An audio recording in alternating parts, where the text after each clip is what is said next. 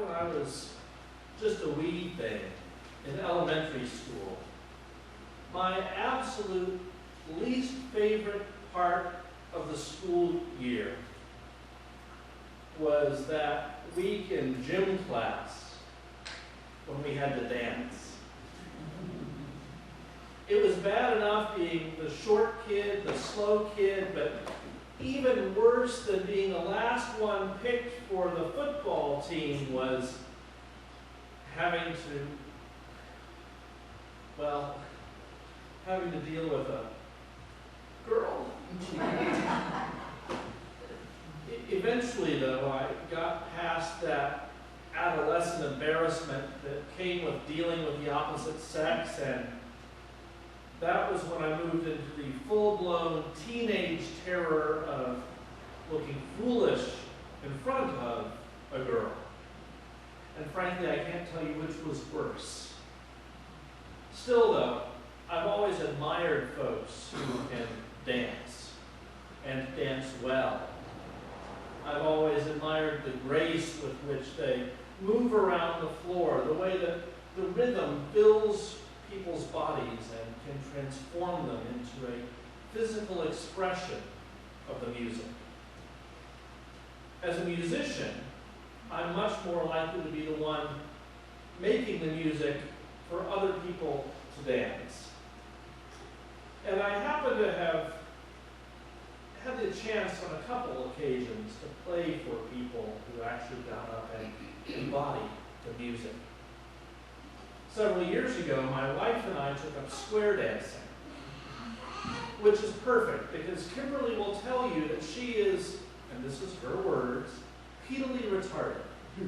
She can't make her feet do what she wants them to do when she wants them to do it. And so a dance form that's basically walking around is perfect. And we've enjoyed that. We were up at Mystic Seaport for the Sea Music Festival last month, and there was a contra dance set. And we got to dance for that. Then the Irish step dancers came in and decided they were going to teach us how to dance a hornpipe. The word disaster comes to mind. Not just for Kimberly, but for me as well.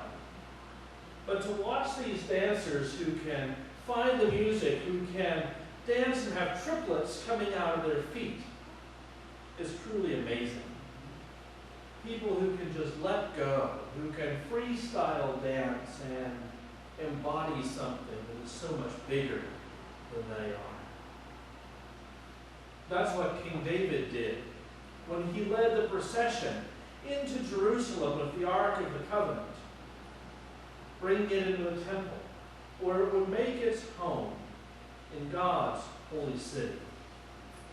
And on that day, as the parade was getting started, as the musicians were playing on the lyre and on the flute, on the drums and on the cymbals, David led that procession, dancing, allowing the music to move his body, allowing the Spirit of God to guide him in the dance. But not everyone was happy. David's wife, Michal, was watching from the window of the palace, and she saw her husband dancing at the head of the parade, and as the scripture writer tells us, she despised him in her heart. I wonder what it was that Michal was thinking. Why she despised David for dancing at the head of a procession.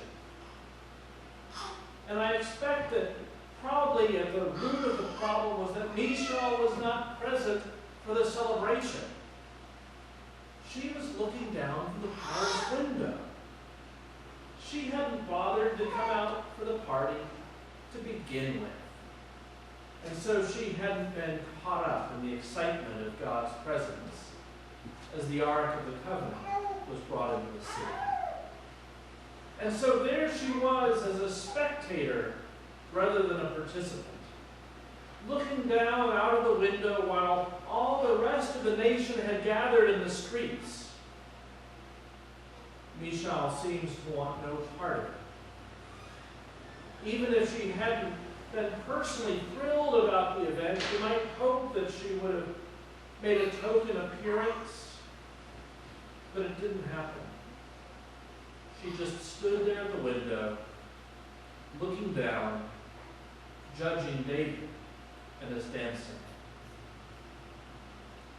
Can you imagine the scene that must have taken place when David returned home after accompanying the Ark of the Covenant to the temple? Ecstatic about this wonderful thing that had just taken place. Walking through the door and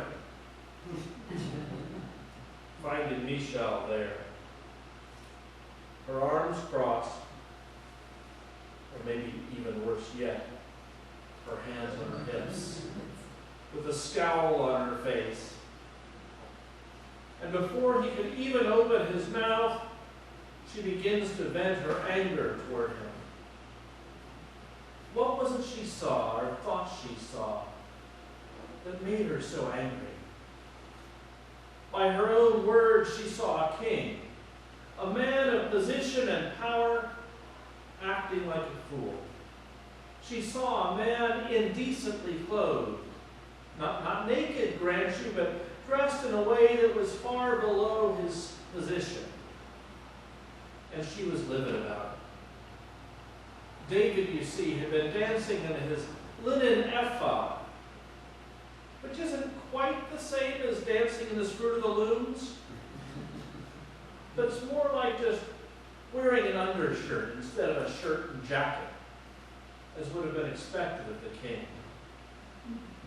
David had acted common. He had acted like a fool. He had embarrassed himself, and most certainly she thought he had embarrassed her. Michal wasn't angry at David for doing something wrong and standing out from the rest of the people. She was angry that he had behaved just like everyone else. That he had acted like a commoner, that he hadn't acted like a king should.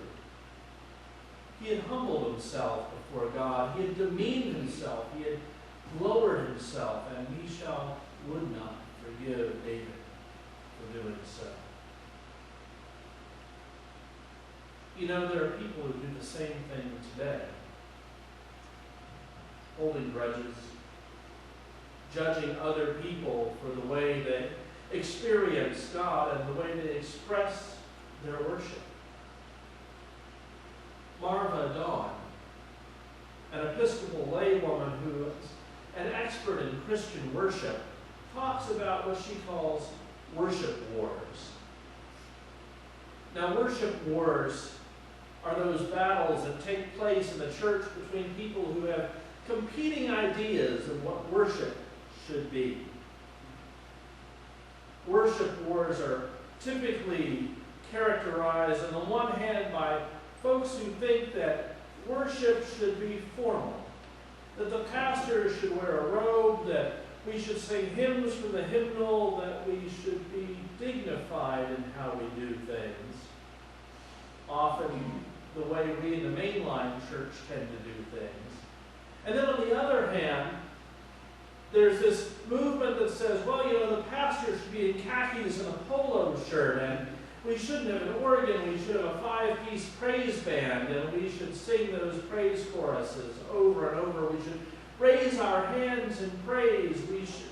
It's a completely different style, isn't it? And so worship wars take place in congregations where there are different factions, and where each group says, you know, our way of doing it is the right way, and your way isn't. It's sort of like what Michal was doing when she told King David, no, that's not how you worship God. We don't get into that so much here. Though every so often we have conversations about how should we worship? How should we do things in ways that make sense? Should we be singing this hymn or that hymn? What should we sing on Palm Sunday? And yes, I promise you we will sing the Palms next year. By the way, you should know, I hate the poems. But when we worship together, I saw that. There are other people who hate the poems too. That makes me feel good. But when we worship together, we sing hymns that we don't like because someone else does like them. We say prayers that maybe don't resonate with us because they are exactly where someone else is. We do things that might not be comfortable for us simply because we are worshiping God not as individuals but as community. And you know, that's a good thing. The 20th century theologian Soren Kierkegaard, yeah, I'm quoting Kierkegaard in my sermon. Kierkegaard used to talk about worship and how most of us misunderstand worship. How generally we think about a worship service as the congregation gathered in the pews as being the audience, and the musicians and the lay reader and the preacher as being the performers. And Kierkegaard says, no, that's not how it works. Kierkegaard reminds us that our worship is best seen with God as the audience. And the people in the pews, you folk, you're the orchestra. You are the performers. And those of us who are up here leading are more like the conductor. Now, I've got to tell you, from all the time that I have spent in bands, in choruses, in church choirs, well, let me just say that I have performed music I didn't love because the group was doing it. And if I had decided that, instead of playing the second trumpet part, I was just going to sit it out, it wouldn't have been nearly as good. And the audience would have left scratching their head at the whole of the music. Our worship is really directed towards God.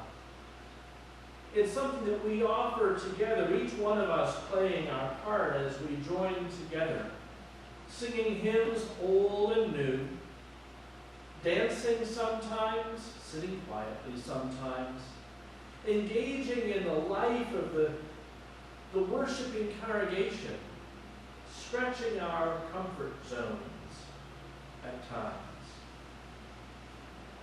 And that's really where the message of today's scripture comes to us. Reminding us that we need to be able to relax a bit, to dance, to cast off the formal trappings from time to time. By the way, I was tempted to preach in an undershirt today.